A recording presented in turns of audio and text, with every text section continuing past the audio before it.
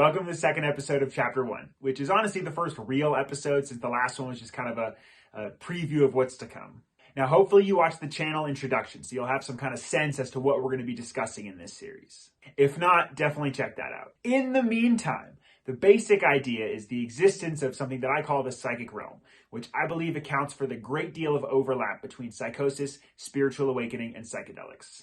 And what better way to begin this conversation than by doing a video response to a TED Talk called Psychosis or Spiritual Awakening.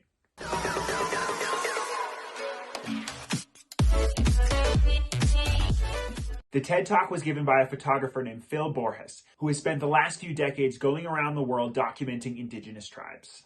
In doing so, he was introduced to shamanism, which is the world's oldest spiritual practice, and which is something he knew nothing about and something of which he was incredibly skeptical. As he puts it, in the beginning, I sort of looked at this as superstition, uneducated, naive thinking, and over the last 30 years, I've slowly changed. This is going to be a big theme of this channel, this kind of Western, almost colonizer-like mindset of treating all non-Western knowledge as suspect. And I'm guilty of it too. Like so much of what we'll be talking about in this series is stuff that I just completely wrote off for years and years. And so I invite you to just try and be open to it. Okay, so back to Borges. His story begins 25 years ago when he was in Tibet documenting the human rights issues there. He set off with zero intention of interviewing shamans. And it was only after he was invited to a ceremony featuring the medium of the Oracle of Tibet, who's the Dalai Lama's oracle, that his interest was piqued. A few days later, he had a chance to meet the guy, whose name was Thupten, and he asked him how it was exactly that he got to be the Dalai Lama's oracle. Like, how does one get to do that? And Thupten told him that when he was young, he started hearing voices. And he was really scared, he was really confused, until an elder monk took him aside, told him he had a gift, and taught him how to channel the voices properly, how to go in and out of trance at will. Okay, so fast forward a few years later, and Borges is in Kenya, where he meets another tribal shaman, this one named Sakulin. And she told him too that it all started when she was a child, and she began having hallucinations. I believe hers were more visual. And then her grandmother took her under her wing and mentored her and taught her how to get through it.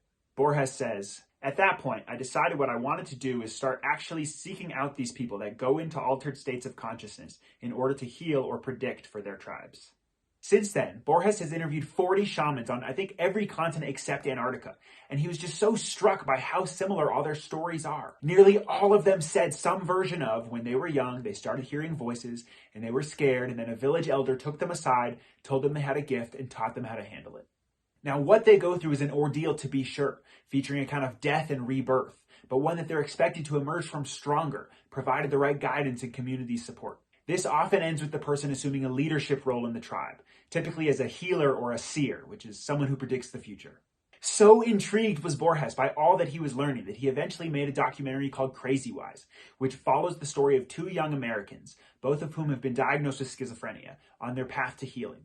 In it, he contrasts the Western and non-Western attitudes towards mental health and interviews prominent experts in the field, many of whom question whether our way of treating mental health is really the best way to go about it. Now, given all that, I'm sure you can guess where this is headed. I want to be clear, however, that I am not saying that all shamans are schizophrenics or that all schizophrenics can be shamans. It's not that simple. At the same time, the similarities between the two are just too significant to be written off completely. In Western culture, two of the most emblematic symptoms of schizophrenia are hallucinations and delusions. We've already seen that these shamans experience hallucinations, usually in the form of hearing voices. As for delusions, which we'll cover more in depth in Chapter 4, Borges explains in the TED Talk that all of these tribes share the belief that these voices come from the spirit world, a belief which in the West would surely be considered delusional. Not to mention the fact that all of these tribes believe in telepathy-like phenomena, which in our culture is thought not to exist and is thus a delusion. Interestingly enough, Borges recounts two instances in which the shamans he met made psychic predictions about him and his life that ended up coming true, though I'll leave it up to you to decide how you'd like to interpret that. So what do we do with all this? And what does any of it have to do with the psychic realm? Well, it's my belief that what we call a psychotic break, or a break from reality, is really an expansion of reality. That reality is just so much more than we can possibly comprehend, and that when an individual makes contact with the other realm, it's just so utterly overwhelming so as to make it difficult for that person to function on their own. What differentiates those who go on to become shamans from those who spend their lives in and out of institutions seems to come down to culture and whether or not their experiences are integrated in a healthy way. And one of the key factors here is that the person undergoing this psychological crisis has a mentor, a teacher, someone who's experienced it themselves who can guide the person through it. By the way, culture and healthy integration of experience are going to be huge themes in this series, and you're going to see their effects play out in the next couple episodes as well as in Chapter 2. There's one final piece to all this that I'd like to include, and it's a video clip that Borges plays during his TED Talk. The clip is of a guy named Adam, who's one of the young people with schizophrenia featured in the Crazy Wise documentary, and in it, he describes his first psychotic break.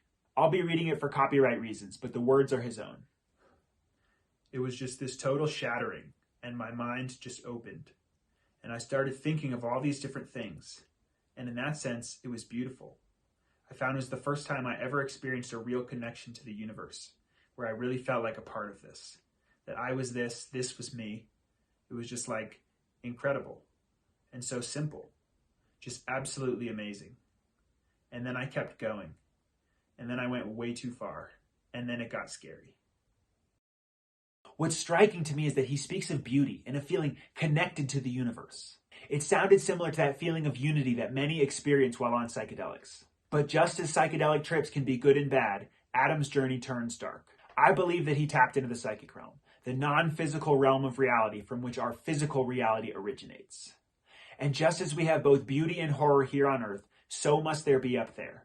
As above, so below. And what's so interesting is we're going to see this pattern of beauty followed by horror crop up again and again, where someone's initial breakthrough is a blissful experience, but subsequent journeys into the psychic realm are filled with terror. That's all we've got time for today. Make sure to check out Borges' video if you haven't already, as well as the Crazy Wise documentary, which I'll link to in the description.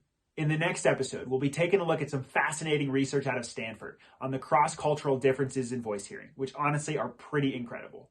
Finally, I'm going to leave you with a quote from the neurologist Oliver Sacks, which does well to encapsulate the central theme of today's discussion. As always, thanks for watching. Don't forget to like and subscribe if you haven't already, and I'll see you in the next one.